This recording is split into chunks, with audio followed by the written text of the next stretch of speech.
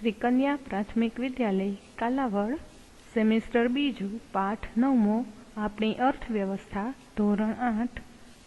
આજે આપણે જોઈએ આપણી અર્થવ્યવસ્થા શું કહેવા માંગે છે।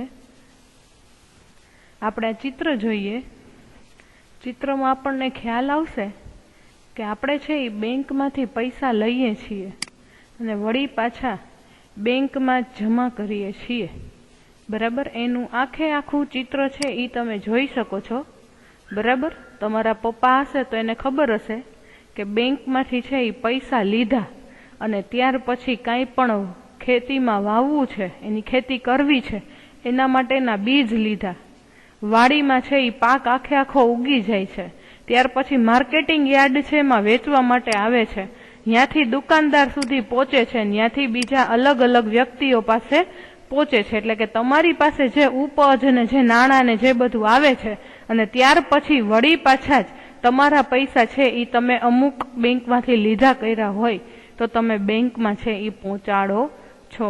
તો આવી રીતે જે આ રૂપિયાની યાત્રા છે, બરાબર, તો એના માટે થઈ અને આપણે જેમ જેમ પાઠ સમજતા જશું એમ તમને લોકોને ખ્યાલ આવતો જશે કે પાઠ છે એ શું કહેવા માંગે છે, બરાબર। આપણે જોઈએ, આપણે ડાયરેક્ટ આના 3 ક્ષેત્ર આપેલા છે, પ્રાથમિક છે, દ્વિતીય છે અને એક સેવા છે।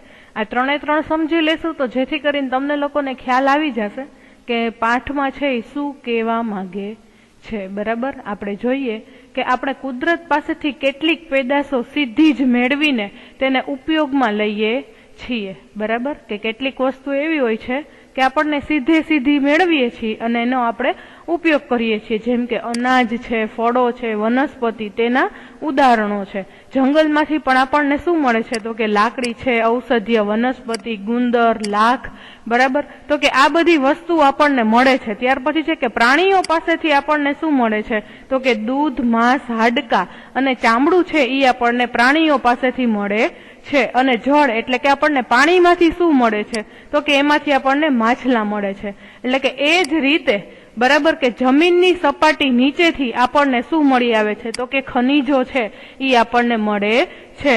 ટૂંકમાં કે વન ક્ષેત્ર, બરાબર, ત્યાર પછી છે કૃષિ ક્ષેત્ર, પછી છે ખાણ ક્ષેત્ર અને પશુપાલન ક્ષેત્ર અને ત્યાર પછી છે મત્સ્ય ક્ષેત્ર, બરાબર। તો કે વગેરે ખોરાક અને ઔદ્યોગિક ઉત્પાદન માટે છે એ આપણને શું પૂરું પાડે છે તો કે કાચો માલ છે એ આપણને પૂરું પાડે છે। તેથી આ ક્ષેત્ર છે એ કેવું છે તો કે પ્રાથમિક ક્ષેત્રની પ્રવૃત્તિ તરીકે ઓળખાય છે। પરીક્ષામાં પણ તમને પ્રશ્ન જવાબ પૂછાઈ શકે, જે સ્વાધ્યાયના પ્રશ્નો છે એમાં પણ તમને આ પ્રશ્ન છે એ પૂછાઈ શકે છે, બરાબર। ત્યાર પછી આવે છે દ્વિતીય ક્ષેત્ર, બરાબર। તો એને શું કહે છે કે મેન્યુફેક્ચરિંગ સેક્ટર, બરાબર। તો કે ઘણી બધી પ્રાથમિક પેદાશો એવી છે કે જેના પર પ્રક્રિયા કરી અને તેની પેદાશોને છે એ ઉપયોગમાં લઈ શકાય તેવી પ્રવૃત્તિ છે, એને કેવી કહેવામાં આવે છે, દ્વિતીય ક્ષેત્રની પ્રવૃત્તિ કહેવાય છે। જેમ કે કપાસમાંથી છે એ શું બને છે તો કે કપાસમાંથી સુતરાઉ કાપડ, કપાસિયા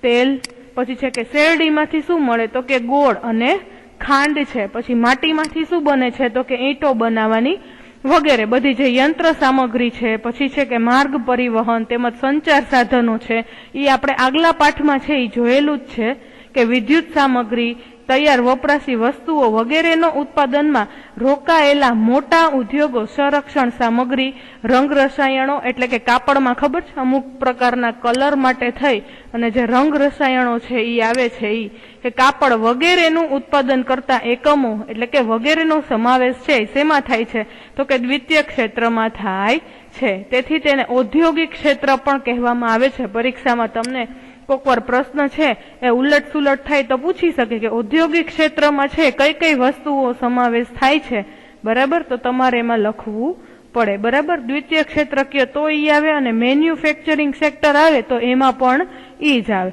ત્યાર પછી આપણે જોઈએ સેવા ક્ષેત્ર, બરાબર છે। આપણે જોઈએ કે એમાં શું કહેવા માંગે છે। પ્રાથમિક અને દ્વિતીય ક્ષેત્ર દ્વારા ઉત્પાદિત વસ્તુઓનો જથ્થો મોટા વેપારીઓ સુધી પહોંચાડવા માટે ટ્રકો અને ટ્રેનો દ્વારા છે એ પરિવહન કરવાની જરૂર પડે છે. આપણે ઘણી વખત રસ્તા ઉપર પણ જોઈએ છીએ કે માલ ભરેલા ટ્રકો જતા હોય છે, પછી માલગાડી છે એ પણ આપણે જોયેલી છે કે ઉત્પાદન અને વેપારમાં સહકાર સાધવા માટે છે એ દરેક લોકો છે શેનો વપરાશ કરે તો કે ટેલિફોન છે, પછી છે પત્ર વ્યવહાર, બરાબર, ઈમેલ ને જે બધું કરે છે તે. પછી બેંકો પાસેથી પણ આપણને શું મળે છે તો કે વ્યાજે પૈસા લેવાની પણ જરૂર પડે છે.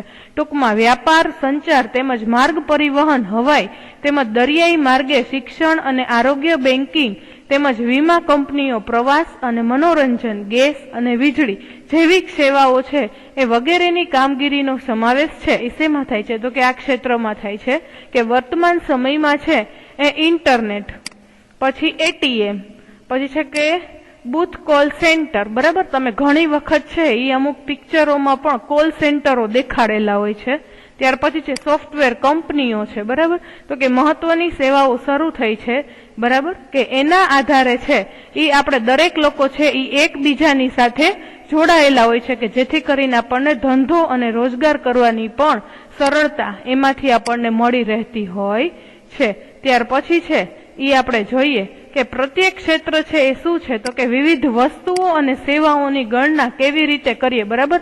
ઉપરનું કોષ્ટક છે જે તમને આપેલું છે, બરાબર, એ તમે લોકો છે એ ટેક્સ્ટ બુકમાં જોઈ લેજો, બરાબર, જેથી કરીને તમને ખબર પડી જશે, બરાબર. શાંતિથી તમે વાંચશો તો તમને ખબર પડી જશે કે શું કહેવા માંગે છે, બરાબર. એનું જ એક બીજું ઉદાહરણ જે તમને અહીં જોવા મળે છે તો કે એક ખેડૂત છે એ લોટની કોઈ મિલને ફક્ત ₹15 પ્રતિ કિલોના દરે ઘઉં વેચે છે. મિલમાં ઘઉં દળાય છે તેનો લોટ બિસ્કિટ કંપનીને ₹20 પ્રતિ કિગ્રાના દરે વેચે છે. એટલે કે બિસ્કિટ કંપની લોટની સાથે છે શું મિક્સ કરે છે તો કે ખાંડ અને ઘી વગેરે ચીજો છે એનો ઉપયોગ કરી અને બિસ્કિટના 4 મોટા પેકેટ બનાવે છે અને તે બજારમાં ગ્રાહકને 80 એટલે કે 20 પ્રતિ પેકેટ એટલે કે એક પેકેટના ₹20 લેખે ઈ પોતે વેચે છે. તો કે આ બિસ્કિટ એ અંતિમ ઉત્પાદન છે અને તે કોને સુધી પહોંચાડે છે તો કે ગ્રાહક સુધી પહોંચાડતા હોય છે.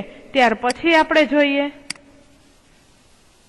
બરાબર, કે ચાના કપની વિગતની જ્યાં જો સારણી છે એ આખી આપેલી છે કે ચાની હોટલના માલિકને 1 કપ છે, બરાબર, ઈ જે તે પૈસામાં એને પડતો હોય, બરાબર, અને ઈ છે ઈ ફક્ત કેટલામાં એને નફો થાય છે તો કે ₹2.5 જ એને નફો થાય છે. તો તેની પાસે એમ કે વેચાણ કિંમત છે ઈ એમ કે કેટલી હશે, બરાબર. ત્યાર પછી છે કે ધારો કે દૂધનો ભાવ લીટરે ₹2 વધી જાય તો ચાના કપની પડતર કિંમત અને વેચાણ કિંમત કેટલી હશે. ત્યાર પછી જોઈએ કે ખાંડના ભાવમાં જો કિલોએ ₹1 વધી જાય તો તમારા ઘર ખર્ચ પર શું અસર થશે, બરાબર. એ તમારા મમ્મી અને પપ્પાને પૂછજો તો તમને વધુ છે એ વિગતવાર તમને સમજાવશે. ગેસના બાટલામાં પણ ફક્ત 50 વધી જાય તો હમણાં જેનો જો ભાવ વધારો થયો છે ગેસના બાટલામાં, બરાબર, તો મમ્મીના ઘર ખર્ચના બજેટ પર શું અસર થશે એની પણ આપણે જોઈએ, બરાબર. પછી ડીઝલ છે તો એ આપણે પપ્પાને પૂછે કે ડીઝલમાં આટલા એમ કે ₹2.5 જો વધારો આવે તો તેનાથી એમ કે આપણી જે સ્કૂલ બસ છે, ગામની બસ અથવા તો આપણા ઘરની જ ગાડી હોય તો એના ઉપર શું અસર થાય, બરાબર, એ આપણે જોઈ શકતા હોઈએ છીએ, બરાબર. ત્યાર પછી આપણે જોઈએ કે ભારતની વિવિધ આર્થિક પ્રવૃત્તિઓનું વર્ગીકરણ તેની માલિકીની દ્રષ્ટિએ પણ કરવામાં આવે છે, બરાબર. આપણે જોઈએ કે કઈ કોની માલિકીનું છે કે સરકારની માલિકીના કે જાહેર ક્ષેત્રના ઉદ્યોગો, કે જે ઉદ્યોગો સરકારની માલિકી અને સરકારના સંચાલન હેઠળ હોય તે જાહેર ક્ષેત્રના ઉદ્યોગો કહેવાય છે. પરીક્ષામાં તમને પૂછાઈ શકે કે જાહેર ક્ષેત્રના ઉદ્યોગો ક્યાં હોય છે, બરાબર. દાખલા તરીકે જો આમાં આપેલું છે કે ભિલાઈ સ્ટીલ પ્લાન્ટ, પછી ભારતીય heavy electrical limited, oil and nature gas company, બરાબર, વગેરે. તો કે આ કોની માલિકી દર્શાવે તો કે આમાં સરકારની માલિકી છે એ આપણને એમાં જોવા મળતી હોય છે. ત્યાર પછી શું આવે છે કે ખાનગી માલિકીના કે ખાનગી ક્ષેત્રના ઉદ્યોગો, કે જે ઔદ્યોગિક એકમોની માલિકી અને સંચાલન ખાનગી લોકોની હોય, બરાબર, જેમ કે રિલાયન્સ ઇન્ડસ્ટ્રીઝ, બરાબર, બધા એનાથી વાકેફ જ છો કે ખાનગી માલિકીના કે ખાનગી ક્ષેત્રના ઉદ્યોગો કહેવાય છે. દાખલા તરીકે Tata iron and steel company limited, બરાબર, તો કે શું છે તો કે આખું પ્રાઇવેટ છે. પછી છે ટિસ્કો, બરાબર, આ પણ એક કંપની છે. ત્યાર પછી છે રિલાયન્સ, ટોરન્ટ, કેડિલા, એમ્બેલિક, બરાબર, જેવી જે કંપનીઓ છે બરાબર, એ બધી કેવી છે તો કે ખાનગી કંપનીઓ છે. ત્યાર પછી છે કે સંયુક્ત ક્ષેત્રના ઉદ્યોગો, તો કે જાહેર ક્ષેત્રના ઉદ્યોગોની કેટલીક છે એ શું થઈ જાય છે તો કે મર્યાદાઓ હોય છે. આમાં મુખ્યત્વે કેવું હોય છે તો કે બિનકાર્યદક્ષતા અને શું જોવા મળે છે તો કે કામચોરી છે એ જોવા મળતી હોય છે. આને નિયંત્રિત કરવા અને અંકુશિત કરવા તથા જરૂરી મૂડી એકત્ર કરવા માટે છે એ ખાનગી ક્ષેત્રના નિષ્ણાંતોની હંમેશા શું લેવામાં આવે તો કે મદદ લેવાના હેતુથી શું થાય છે તો કે જાહેર ક્ષેત્રમાંથી ખાનગી ક્ષેત્રની સંયુક્ત માલિકીના જે ઉદ્યોગ ધંધાઓ હોય છે, બરાબર, એ સ્થાપવામાં આવ્યા હોય છે. તો કે આ ઉદ્યોગો પર સરકારનું છે એ વધુ વર્ચસ્વ છે એ રહેતું હોય છે, બરાબર. ત્યાર પછી આપણે જોઈએ કે સહકારી ક્ષેત્રના ઉદ્યોગો, કે દેશમાં ઘણી વ્યક્તિઓ આર્થિક રીતે છે સક્ષમ હોતી નથી, તેઓ વ્યક્તિગત રીતે છે એ ઉદ્યોગ કરી શકે તેવી પણ સ્થિતિમાં છે એ લોકો હોતા નથી. તો કે આવા લોકો ભેગા મળી મંડળી કે સંઘ બનાવી અને ઉત્પાદન કે વેચાણની પ્રક્રિયા હાથ ધરે છે કે એકબીજાના સહકારથી શરૂ થયેલા આવા ઉદ્યોગો કે એકમો છે એને શું કહેવામાં આવે છે સહકારી ક્ષેત્રના ઉદ્યોગો. જેમ કે દૂધની ડેરી, ખાંડના કારખાના વગેરે ઉદ્યોગો છે એ સહકારી ધોરણે છે એ ચાલતા હોય છે. ત્યાર પછી આપણે જોઈએ કે આર્થિક પ્રવૃત્તિઓનું સંગઠિત અને અસંગઠિત ક્ષેત્રમાં વિભાજન કરીએ, બરાબર. ત્યાં આપણે સમજીએ કાંતા અને કમલને. કાંતા છે એ કાર્યાલયમાં કામ કરે છે. તે સવારે 9:30 થી સાંજે 5:30 સુધી કાર્યાલયમાં રહે છે. તે નિયમિત રૂપે પ્રત્યેક મહિનાના અંતે પગાર મેળવે છે. એનો જે પગાર આવે છે એના સિવાય તે સરકારની કાંઈ પણ જો એની ભવિષ્ય નિધિ હોય તો એનો લાભ છે એ એને મળે છે. તેને મેડિકલ ખર્ચ અને અન્ય ભથ્થા પણ મળે છે. કાંતા રવિવારે છે કાર્યાલય પર જતી નથી, છતાં તેને આ દિવસનો પણ પગાર છે એ એને મળે છે. તેને નોકરી માટે નિમણૂક પત્ર પણ આપવામાં આવ્યો હતો, જેમાં નોકરી સંબંધી નિયમો અને શરતોનો પણ ઉલ્લેખ હતો. આમ કાંતા છે એનું ક્ષેત્ર કેવું થઈ જાય છે તો કે એનું ક્ષેત્ર છે એ સંગઠિત થઈ જાય છે. જ્યારે કમલ છે એ ક્યારે શેમાં હોય છે તો કે એ અસંગઠિત ક્ષેત્રમાં આવે છે. આપણે સમજીએ કે કમલ છે એ કાંતાનો પડોશી છે. તે નજીકની કરિયાણાની દુકાનમાં દૈનિક મજૂરી કરે છે. તે સવારે 9 થી સાંજના 8 કલાકે દુકાન પર રહે છે, એટલે કે એટલો સમય ઈ પોતે રહે છે અને રાત્રિના 9 કલાક સુધી કામ કરે છે. તેને મજૂરી સિવાય બીજું કોઈ ભથ્થું મળતું નથી. અને જે દિવસે તે કામ પર નથી જતો, બરાબર, કે જે દિવસે એ કામ કરતો નથી તે દિવસે તેને મજૂરી છે એ પણ મળતી નથી. તેને કોઈ પણ રજા કે કોઈ પણ વેતન છે એ એમ કે એને મળતું નથી. તેને કોઈ પણ પ્રકારનો એમ કે નિમણૂક પત્ર છે એ પણ એમ કે એને મળ્યો નથી. તેને તેનો માલિક ગમે ત્યારે નોકરીમાંથી નીકળી જવાનું પણ કહી શકે છે. આ રીતે કમલ છે એ અસંગઠિત ક્ષેત્રમાં છે એ કામ કરે છે, બરાબર. તમે લોકો વ્યવસ્થિત રીતે સમજી ગયા હશો. ત્યાર પછી આપણે જોઈએ કે આર્થિક ઉદારીકરણ છે શું કહેવા માંગે છે કે વિશ્વની સાથે ચાલવા અને વિશ્વના પ્રવાહમાં ભળવા અને ભારત દેશને વિકસિત રાષ્ટ્ર બનાવવા ભારત સરકારે છે પોતાની આર્થિક નીતિઓમાં છે એ ઘણા બધા ફેરફારો કર્યા છે. એ અનુસાર સન 1991ની ઉદાર નીતિ અપનાવી છે. આ નીતિ છે અનુસાર ઉદ્યોગ, વેપાર અને ધંધાને લગતા કેટલાક નિયંત્રણો છે એ દૂર કર્યા છે અને કરવેરા ઘટાડ્યા છે. વસ્તુઓની આયાત નિકાસમાં પણ કેટલીક છૂટછાટ જાહેર કરી છે. નવા ઉદ્યોગો સ્થાપવા માટે મજૂરીની પ્રક્રિયા, બરાબર, એ કેવી બનાવી દીધી છે તો કે સરળ બનાવી દીધી છે. તેના કારણે ભારત છે એ વિશ્વના અન્ય દેશો સાથે છે એ પોતાનો શું કરી શકે તો કે વેપાર, ધંધા અને ઉદ્યોગોની બાબતમાં છે એ શું બની રહે તો કે એક બની રહે. તેમજ ભારતમાં છે એ ધંધો અને રોજગાર છે એ શું છે અત્યારે આપણે જોઈએ તો કે વધ્યા છે, બરાબર. ત્યાર પછી આપણે આગળ જોઈએ. ત્યાર પછી છે ખાનગીકરણ. તો કે આઝાદી પછી કેન્દ્ર સરકારે જાહેર સાહસો છે એ શરૂ કર્યા છે કે સમય જતા આ જાહેર સાહસોમાં ઉદ્યોગો છે ખોટ કરતા ગયા, નફો છે એ ઘટતો ગયો કે તેનામાં કેટલાક એકમો છે બીમાર પડવાથી બંધ થઈ ગયા. સરકારના અર્થતંત્ર ઉપર એની અસર છે એ આપણે જોઈ શકતા હતા. કામદારો સંગઠિત થયા પણ ઉદ્યોગો છે એ શું થવા લાગ્યા તો કે નુકસાનમાં આવી પડ્યા. બીજી બાજુ વિશ્વની ગુણવત્તાની બોલબાલા છે થવા લાગી કે ખાનગી સાહસો છે શું કરવા લાગ્યા તો કે પોતાનો નફો કરવા લાગ્યા. આ બધી પરિસ્થિતિને છે એ ખાનગીકરણને પ્રોત્સાહન આપ્યું. તો કે સરકારે જાહેર સાહસોમાંથી ખસવા લાગી અને ખાનગીકરણ તરફ વળી, કે સંયુક્ત સાહસ એ ખાનગીકરણની પ્રક્રિયાનો એક ભાગ છે. ત્યાર પછી આપણે જોઈએ વૈશ્વિકીકરણ. તો કે વૈશ્વિકીકરણ એટલે કે સમગ્ર વિશ્વનું એક બનવું અથવા એકબીજાથી નજીક આવવું. વૈશ્વિકીકરણથી વિશ્વનો કોઈ પણ દેશ છે વિશ્વના અન્ય દેશ સાથે સરળતાથી છે એ શું કરી શકે, તો કે વેપાર ધંધો કરી શકે. તેનાથી એકબીજા દેશોની બજારો અને ઉત્પાદનોમાં એકીકરણ થઈ રહ્યું છે. એકબીજા દેશો વચ્ચેના પરસ્પરના સંબંધો અને તીવ્ર એકીકરણની આ પ્રક્રિયા છે કે જેને શું કહેવામાં આવે છે, વૈશ્વિકીકરણ કહેવામાં આવે છે. તો કે વૈશ્વિકીકરણને મદદ કરનાર અને ઉત્તેજન આપનાર જો કોઈ મહત્વની પ્રક્રિયા હોય તો તે છે કે માહિતી તકનીક બરાબર આવેલી અભૂતપૂર્વ ક્રાંતિ, કે જેને આપણે ઇન્ફોર્મેશન ટેકનોલોજી તરીકે પણ ઓળખીએ છીએ. કે વિશ્વ વ્યાપાર સંગઠન WTO આ દિશામાં છે એ શું કરે છે કે પોતાનું કાર્ય કરે છે, કે જેની સ્થાપના છે ક્યારે થઈ હતી, 1995માં થયેલી હતી. ત્યાર પછી છે કે વૈશ્વિકીકરણની અસરો. શું કહેવા માંગે છે, તો કે માહિતી ટેકનોલોજીના કારણે સેવા ક્ષેત્રમાં રોજગારીની નવી તકો છે એ ઊભી થઈ છે. Phone, fax, mobile, email, internet, video conference જેવા સાધનોથી માહિતી છે એ ઓછા ખર્ચે અને ઝડપથી પ્રાપ્ત થતા દેશના આર્થિક વિકાસની ગતિ છે કેવી થઈ ગઈ છે, તો કે વધી ગઈ છે.